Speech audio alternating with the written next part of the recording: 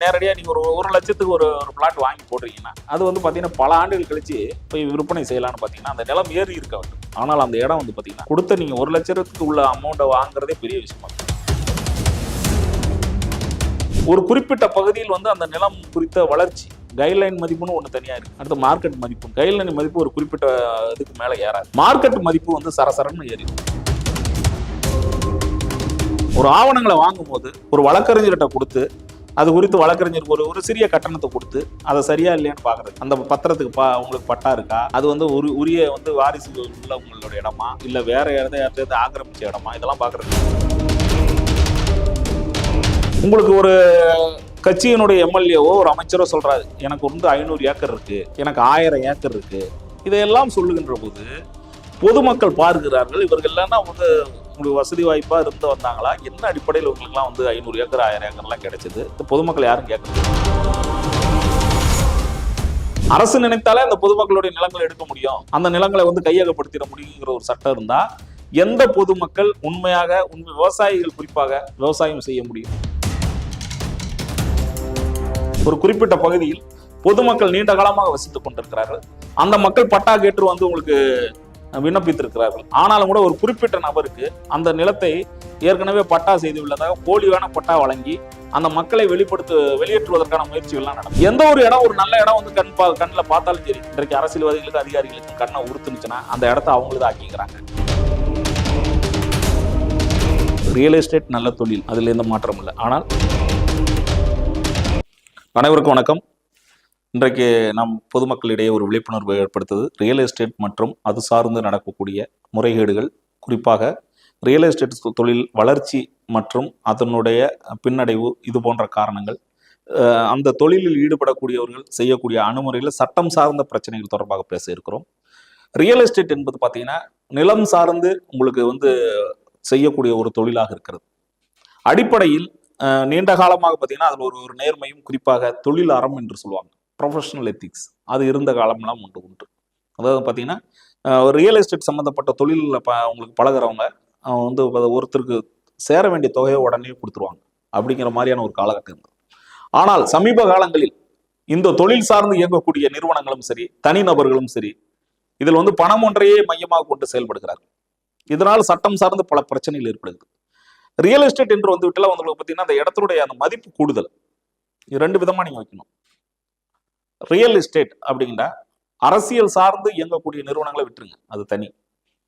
தொழில் சார்ந்து ப்ரொமோட்டர்ஸ் என்று சொல்லுவார்கள். ப்ரொமோட்டர்ஸ் அது சார்ந்து உங்களுக்கு தொழில் செய்யக்கூடியவர்கள், நிறுவனத்தை பதிவு செய்து முறைப்படியாக நிலம் வாங்கி விற்பனை செய்யக்கூடியவர்கள், நியாயமான விலை வைத்து பொதுமக்களிடையே நல்ல முறையில் விற்று அதன் மூலமாக வரக்கூடிய ஒரு வருமானத்தில் நீண்ட காலமாக நடத்துகின்ற பல ரியல் எஸ்டேட் நிறுவனங்கள் உண்டு. அப்படிப்பட்ட நிறுவனங்கள் சட்டம் சார்ந்த எந்த ஒரு பிரச்சனைகளிலும், குறிப்பாக குற்ற பின்னணியிலும் இருப்பது இல்லை. இன்னொன்று, எங்க பிரச்சனை அப்படின்னு பாத்தீங்கன்னா, ஒரு நிலம் வாங்குகின்ற பொழுது அந்த நிலம் குறித்த லிட்டிகேஷன் ப்ராப்பர்ட்டி என்று சொல்லுவார். அந்த வந்து அதுல ஏற்கனவே பிரச்சனை உள்ள நிலங்களை குறைந்த விலையில் வாங்கி அதை வந்து பிரச்சனைகளை தீர்த்து விற்பனை செய்யக்கூடிய நிறைய நிறுவனங்கள் உண்டு. இன்னொன்னு, ஒரு நிலத்தையோ ஒரு குறிப்பிட்ட வந்து உங்களுக்கு சொத்தையை வாங்குகின்ற போது அதனுடைய பார்த்தீங்கன்னா ரியல் எஸ்டேட்டுடைய பார்த்தீங்கன்னா அதிகமா வந்து ஒரு ஏக்கர் கணக்கில் வாங்குவாங்க. அதாவது ஒரு குறிப்பிட்ட பகுதியில் நிறைய வந்து நிலங்களை வாங்கி அந்த நிலங்களை வந்து சீர் செய்து அதுல வந்து உங்களுக்கு சைட் என்று சொல்வார், மனைகள், காலி மனைகளை உங்களுக்கு இத்தனை எண்கள் கொடுத்து அது மூலமா செய்யக்கூடியதெல்லாம் பார்க்கும். அந்த மாதிரி வாங்குகின்ற பல நிலங்கள் நீண்ட காலமாக மதிப்பிழந்து போகின்ற வழக்கத்தையும் பார்க்கிறோம். வாங்கின தொகை என்னவோ அப்படியே இருக்கும், அந்த பகுதி வளர்ச்சி அடையாது. இப்ப நம்ம நேரடியாக நீங்க ஒரு லட்சத்துக்கு ஒரு பிளாட் வாங்கி போடுறீங்கன்னா அது வந்து பாத்தீங்கன்னா பல ஆண்டுகள் கழிச்சு போய் விற்பனை செய்யலாம்னு பாத்தீங்கன்னா அந்த நிலம் ஏறி இருக்க வேண்டும். ஆனால் அந்த இடம் வந்து பாத்தீங்கன்னா கொடுத்த நீங்க 1 லட்சத்துக்கு உள்ள அமௌண்ட்டை வாங்குறதே பெரிய விஷயமா இருக்கும். அப்ப அந்த நிலத்தினுடைய மதிப்பு, அந்த பணம் முடங்கி போகுது. இது மட்டும் இல்ல, இன்னொரு செய்தி என்னன்னா, ஒரு குறிப்பிட்ட பகுதியில் வந்து அந்த நிலம் குறித்த வளர்ச்சி கைட்லைன் மதிப்புன்னு ஒன்று தனியா இருக்கு. அடுத்து மார்க்கெட் மதிப்புன்று. கைட்லைன் மதிப்பு ஒரு குறிப்பிட்ட இதுக்கு மேலே ஏறாது. மார்க்கெட் மதிப்பு வந்து சரசரன்னு ஏறி. அதாவது ஒரு பைபாஸ் வந்து விடுது ஒரு பகுதியில், நீங்கள் வாங்கி போட்டிருக்கிற ஒரு நிலத்தின் பக்கத்தில் பைபாஸ் வந்துருதுங்களே, அந்த பைபாஸை ஒட்டி நிலம் இருந்தால் அதனுடைய உங்களுக்கு தொகை அதிகமாகும், விற்பனை தொகை அதிகமாகும். அது போல பார்த்தீங்கன்னா ஒரு புதிய பேருந்து நிலையம், இப்போ திருச்சியெல்லாம் பஞ்சப்பூர் பேருந்து நிலையம் வந்து ஒன்று வந்துருக்கு. அந்த பேருந்து நிலையத்தை ஒட்டி வாங்கி போட்டவங்களுக்கு வளர்ச்சி அடையினா அது ஒரு குறிப்பிட்ட நபரை வாங்கி போட்டதா சொல்றாங்க. இது வந்து குற்றச்சாட்டு. அடுத்ததா, நிலம் குறித்து விழிப்புணர்வு மக்களுக்கு. உங்களுக்கு வந்து ஒரு நிலம் வாங்குறோம்னா அந்த நிலம் குறித்து வந்து உங்களுக்கு தாய் பத்திரம், இப்போ இருக்கக்கூடிய அப்ரூவல், மற்றது எல்லாத்தையும் இப்போ வந்து ரியல் எஸ்டேட் போன்ற ஏஜென்சிகளில் வாங்குறதா இருந்தால் பல வந்து அவங்களுக்கு வந்து அதற்கான ஆவணங்களை கொடுப்பாங்க. ஆவணங்களை வந்து சரிபார்ப்பதே கிடையாது மக்கள். ஒரு ஆவணங்களை வாங்கும் போது ஒரு வழக்கறிஞர்கிட்ட கொடுத்து அது குறித்து வழக்கறிஞருக்கு ஒரு சிறிய கட்டணத்தை கொடுத்து அதை சரியா இல்லையான்னு பார்க்கறது கிடையாது. அந்த பத்திரத்துக்கு உங்களுக்கு பட்டா இருக்கா, அது வந்து உரிய வந்து வாரிசுகள் உள்ளவங்களோட இடமா, இல்லை வேற யார்ட்டையாவது ஆக்கிரமிச்ச இடமா, இதெல்லாம் பார்க்கறது கிடையாது. அதை வாங்கும் போது பார்க்கறத விட்டுட்டு வாங்கினதுக்கு பிறகு பத்திரப்பதிவு செய்ததுக்கு பிறகு அதற்கு பட்டா இல்லை, அது டபுள் டாக்குமெண்ட், அந்த நிலத்துக்கு வந்து இதுமே அப்ரூவல் கிடைக்காது, அது புறம்போக்கு, அது நத்தம் புறம்போக்கு, அது அரசு சார்ந்த இடம், அது செட்டில்மெண்ட் இடம், இப்படிங்கிற வந்து பல குற்றச்சாட்டுகள் உண்டு. இதையெல்லாம் தவிர்க்க வேண்டும் என்றால் ஒரு நிறுவனத்திலிருந்து நீங்கள் வந்து வாங்கும் போதே ஒரு வழக்கறிஞரை வைத்து அதை ஒப்பீனியன் சொல்லக்கூடிய கருத்துரை வாங்கிக்கிறது நல்லது. அப்படி இல்லைன்னா பல பிரச்சனைகள் வரும். இன்னொன்னு, பத்திரங்கள் வாங்குவது மட்டுமல்ல, அந்த பத்திரங்களுக்குரிய பட்டா எண்களை நீங்கள் சரி பார்க்கணும். உரிய சொத்துக்களை வாங்குகின்ற போது அது குறித்து உண்மையான பட்டாவில் குறிப்பாக சர்வே எண்கள் சரியாக இருக்கிறதா, இதையெல்லாம் பார்க்கணும். இது ஒன்று. அடுத்ததாக, உங்களுக்கு வந்து அதிக அளவில் 100 ஏக்கர் 200 ஏக்கர் இந்த மாதிரியான நிலங்கள் எல்லாம் வாங்கி ஒரு போலியான வந்து ஒரு மதிப்பை உற்பத்தி செய்வது அந்த பகுதிக்கு. அதுல வந்து பாத்தீங்கன்னா அரசியல்வாதிகளும் உங்களுக்கு வந்து அதிகாரிகளும் தங்களுடைய வந்து கருப்பு பணம் என்று சொல்லக்கூடிய பல தொகையை அதுல முதலீடு செய்கின்றதெல்லாம் பார்க்கணும். இந்த முதலீடு செய்யும் பொழுது அதை வந்து பாத்தீங்கன்னா அவங்க நேரடியாக அவங்களோட பேர்ல பண்ணணும். பினாமி என்று சொல்வார்கள். அவர்களுக்கு என்று ஏஜென்ட்டுகள், அந்த ஏஜென்ட்டுகள் மூலமாகத்தான் நிலங்களை வாங்குவது விற்பது செய்வார்கள். ஆனா அதுல ஒண்ணு என்னன்னா, அவங்களுக்கு இடையில அந்த பினாமிகளுக்கு அவங்களுக்கு இடையில ஒரு குறைஞ்சபட்ச ஒரு அண்டர்ஸ்டாண்டிங் இருக்கும். ஏமாற்றுவது கிடையாதுன்னு சொல்றாங்க.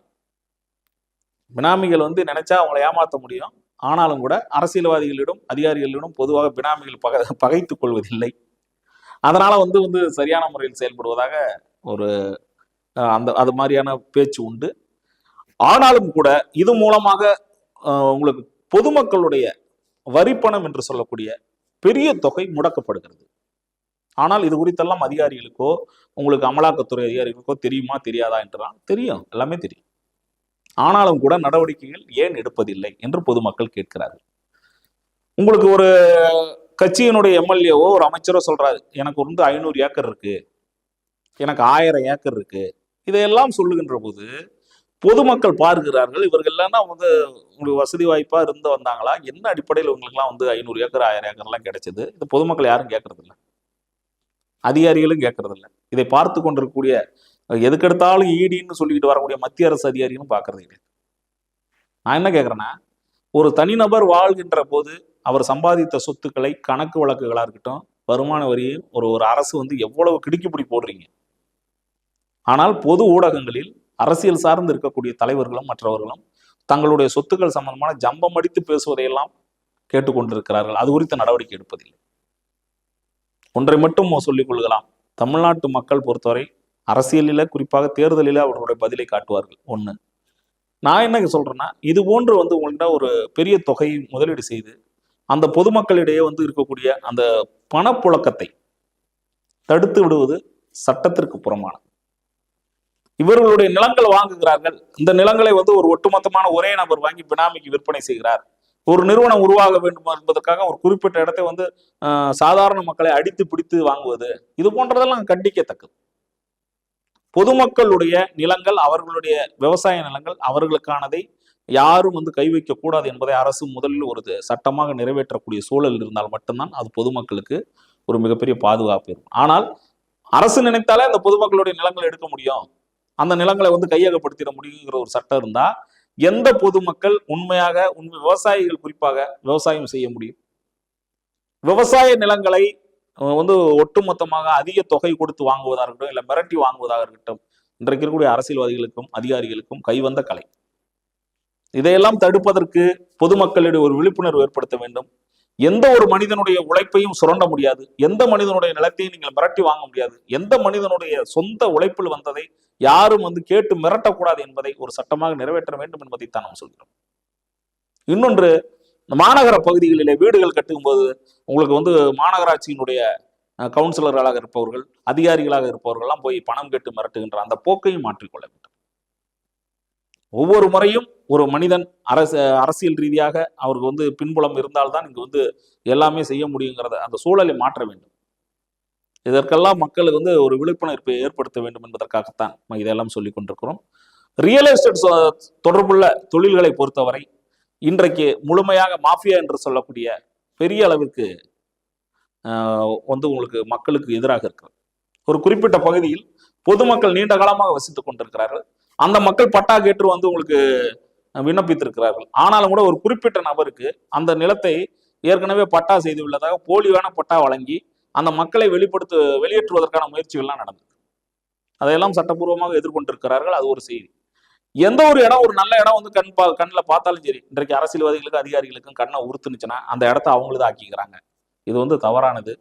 ரியல் எஸ்டேட் தொழில் சார்ந்து நடக்கக்கூடிய பல நிறுவனங்களை கண்காணிப்பதற்கு வருமான வரித்துறையும் இன்னும் சொல்ல போனால் அமலாக்கத்துறையும் முன்வர வேண்டும். அப்பொழுதுதான் ஏழை எளிய மக்களிடமிருந்து வந்து அவங்கள மிரட்டி வாங்கக்கூடிய அந்த சூழலை தடுக்க முடியும் என்பதையும் சொல்லிக்கொண்டு, ரியல் எஸ்டேட் தொழில் என்பது நேர்மையாக பொதுமக்களுக்கு ஒரு குறிப்பிட்ட இடத்தை வாங்குவதற்கும் விற்பதற்கும் உள்ள அந்த அடிப்படையில் தான் உரிமங்கள் வழங்கப்படுகிறதே தவிர, பல லட்சம் ஏக்கர் வந்து வாங்கினோம், பல்லாயிரம் கோடியை சம்பாதிச்சோம், நாங்கள் வந்து இந்த மாதிரி நிறுவனங்கள் சார்ந்து இயங்குகிறோம் என்பதை ரியல் எஸ்டேட்டோடைய அந்த குறிப்பாக அந்த லைசன்ஸை தடை செய்வதற்கு மட்டுமல்ல, அவர்களுக்கு இப்படி வர்ற காலங்களில் எதுவுமே வழங்கப்படக்கூடாது என்பதற்கும் உண்மை உண்டு. அந்த அடிப்படையில் பார்க்கின்ற போது இந்த ரியல் எஸ்டேட் தொழில் சார்ந்து இயங்கக்கூடிய நிறுவனங்கள் தங்களை மாற்றிக்கொள்ள வேண்டும். சட்டத்திற்கு உட்பட்டு செயல்படக்கூடிய நிறுவனங்கள் மட்டுமே செயல்பட வேண்டும் என்பதை சொல்லி, இன்னொன்று பினாமி என்று சொல்லக்கூடியவர்கள் அரசியல்வாதிகளுக்கும் அதிகாரிகளுக்கும் நாங்கள் வந்து பெரிய இடங்களை வாங்கி கொடுத்தோம், அதை செஞ்சோம் இதை செஞ்சோன்னு சொன்னா பினாமிகளுடைய சூழல் என்ன, உங்களுக்கும் வந்து அடுத்ததாக ஏதேனும் ஒரு பிரச்சனைகள் வரும்போது அந்த குறிப்பாக அரசியல்வாதிகளும் அதிகாரிகளும் வரும் என்பதால் இதையெல்லாம் கவனத்தோடு நீங்கள் எதிர்கொள்ள வேண்டும். பினாமி என்பது என்றைக்கும் பினாமி தான், அவர்கள் என்றைக்கும் உரிமையாளர்கள் ஆகிவிட முடியாது. அந்த அடிப்படையில் பொதுமக்களுக்கு எதிரானதை யார் செய்தாலும் அதனை வந்து சட்டப்படி நடவடிக்கை எடுக்க முடியும் என்பதை நம்முடைய பொதுமக்களுக்கும் நம்முடைய நேயர்களுக்கும் சொல்லிக்கொண்டு, ரியல் எஸ்டேட் நல்ல தொழில், அதில் எந்த மாற்றம் இல்லை. ஆனால் செய்யக்கூடியவர்கள் தவறானவர்களாக இருந்து விடக்கூடாது. சட்டத்திற்கு கீழ்ப்பணிந்து நடப்பவர்களாக இருக்க வேண்டும்.